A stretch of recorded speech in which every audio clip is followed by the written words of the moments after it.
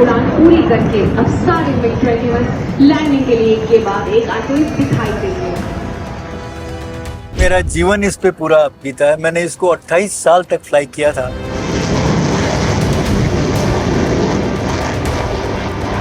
ये तो एक ऐसा जहाज है जो इसके बाद कभी नहीं बनेगा।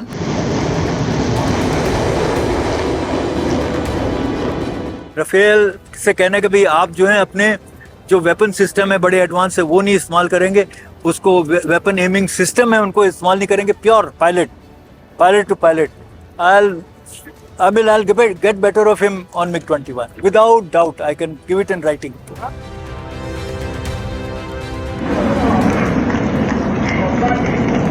चंडीगढ़ वही जगह है जहां सबसे पहले MiG-21 फाइटर जेट आए थे और चंडीगढ़ से ही MiG-21 को विदाई दी जा रही है।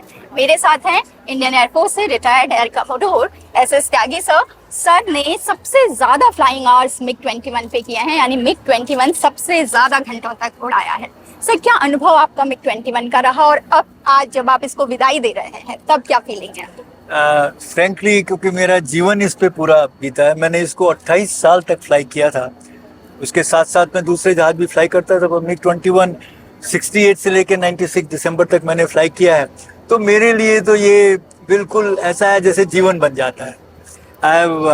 यही कह सकता हूँ कि ये कहें कि मेरा पर्सनैलिटी कंप्लीट तभी होती है जब MiG-21 मेरी पार्ट ऑफ माई पर्सनैलिटी है। सर, आपने बोला कि आपने और फाइटर जेट उड़ाए हैं, तो MiG-21 और फाइटर जेट से कैसे अलग है? क्योंकि इसके बारे में कहा जाता है कि ऐसा कभी ना हुआ है ना होगा। नहीं, बिल्कुल नहीं होगा। ये 11,700 बने हैं और 11,700 बने हैं, 60 कंट्रीज में इसको फ्लाई किया है। वो बड़ा नंबर है। 63 साल तो हमने अपनी कंट्री में इसको फ्लाई किया, 62 साल 63 से लेके अभी। और आप ये सोच लीजिए, तो ये तो एक ऐसा जहाज है जो इसके बाद कभी नहीं बनेगा। अब जो जहाज बन रहे हैं वो मोर सिस्टम एयरक्राफ्ट हैं। उनमें आपको जहाज में बैठना होता है, सारी इंफॉर्मेशन जो आपको चाहिए टारगेट अचीव करने के लिए वो आप उसमें अपने चिप में भर के जहाज में लगा देते हैं। जहाज की टेलिंग यू एवरीथिंग, स्पीड कम करो, राइट टर्न करो, लेफ्ट करो। MiG-21 में ऐसा नहीं था, आपको सब चीज खुद करनी पड़ती थी। और क्योंकि खुद करनी पड़ती थी इसलिए डिमांड बहुत ज्यादा होती थी। तो ये आप सोचें कि जो ह्यूमन है वो हमेशा किसी भी मशीन को बीट करता है। और इसीलिए हम लोग इंटर स्क्वाड्रन गनरी मीट में 9 इवेंट में जिसमें बाकी सब जहाज भी होते थे, MiG-21 कम से कम 4 या 5 उसमें ट्रॉफी जीता करता था। MiG-21 को जब बनाया था उसके मेकर्स ने इसको एक इंटरसेप्टर के तौर पे बनाया था, लेकिन इंडियन एयरफोर्स ने इसका इस्तेमाल एयर टू ग्राउंड के लिए भी किया। 71 में प्रिसिशन जो गाइडेड वेपन नहीं थे, लेकिन तब भी जो स्ट्राइक थी वो प्रिसिशन थी, वो बिल्कुल सटीक निशाने पर, जब ढाका में गवर्नर हाउस के ऊपर स्ट्राइक थी। तो क्या MiG-21 को क्यों ये खास बनाता है और ये सारी चीजें? नहीं, मैंने जैसे कहा कि ये पायलट और ये दोनों मिलके एक जो इफेक्टिव मशीन बनते तभी बनते। जो पायलट डिमांड करेगा, जो पायलट परफॉर्म करेगा, जहाज उससे ज्यादा परफॉर्मेंस देने की कोशिश करेगा। जितना आप डिमांड करोगे उससे ज्यादा वो करेगा। और इसीलिए इसमें पायलट पे बहुत डिमांड होती है। क्योंकि पायलट पे डिमांड होती है तो जो पायलट के लिए ये उतना ही ज्यादा प्रिय हो जाता है। अगर मैं जाके सब करूं तो मेरे को जहाज से कुछ इतना लगाव नहीं होता, पर इसमें तो हर चीज मुझे करनी है और मेरा जवाब जो है वो एयरक्राफ्ट वैसे ही देगा। तो मेरा लगाव जहाज से उतना ही बढ़ते जाता है और इसीलिए MiG-21 is known as pilots aircraft. Sir, मेरा आखिरी सवाल, जो MiG-21 की लास्ट किल थी वो 2019 बालाकोट एयर स्ट्राइक के बाद, जब विंग कमांडर अभिनंदन ने F-16 MiG-21 से गिराया था और पूरे जो मिलिट्री एविएशन वर्ल्ड था उसमें चर्चा हुई थी कि कैसे MiG-21 से F-16 गिरा दिया। तो क्या आप उसके पीछे रीजन देखते हैं कि MiG-21 से F-16? तो फैक्ट ये है, शायद ये पता नहीं है, बट F-16 का जो डिजाइन हुआ था 1970s में वो MiG-21 बिस को काउंटर करने के लिए हुआ था। तो इनकी तो राइवलरी उस समय से है और ये कभी मौका नहीं मिला। अंत में आया ये दिन, उस दिन जब 19 तारीख को कि ये दोनों जहाज थे, दोनों ने मिसाइल फायर करे, दोनों ने एक दूसरे को शूट डाउन कर दिया। पर ये बैटल जहाजों की नहीं थी, ये बैटल मिसाइल्स की थी, सिस्टम की थी। तो इसलिए मैं इसको बहुत ज़्यादा वैल्यू नहीं करता हूँ।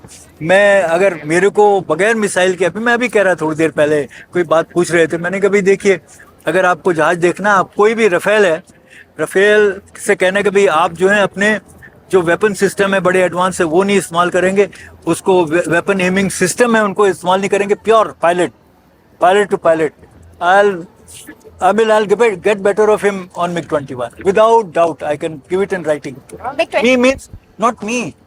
Any MiG pilot will get better.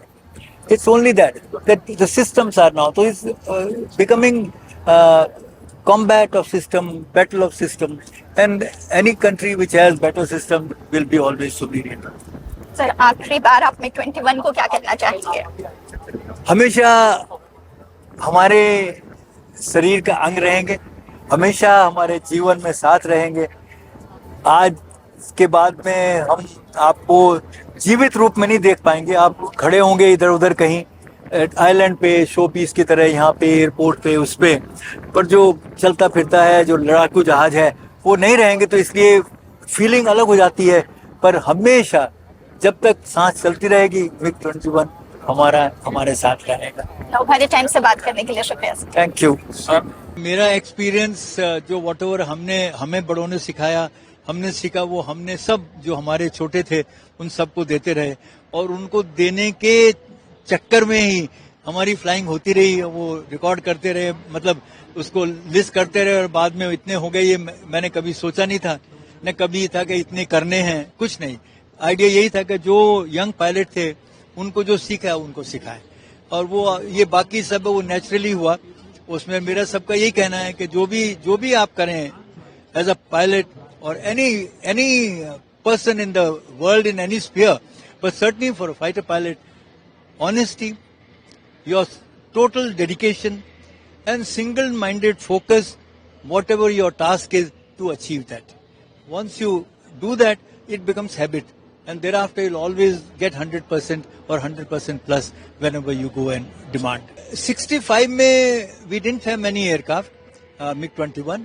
Second, but it was so, इसकी reputation इतनी अच्छी हो गई थी, तो जितने पाकिस्तान में पहले ही उन्होंने कहा भी अरे MiG-21 दे एयरबॉर्न, ये टेक ऑफ करता था, ऊपर जाता था, तो वो आना बंद कर देते थे इधर। उनके स्टार फाइटर जो F-104 था, वो उसको निकालते ही नहीं, यहाँ लाते ही नहीं थे। तो उस समय it was more of impression. 71 में it actually participated, did rocketry, gunnery, bombing and achieve targets like Dhaka governor house, Dhaka runways. He blasted another runway where they were coming to pick up the governor and General Niazi UN aircraft from Rangoon.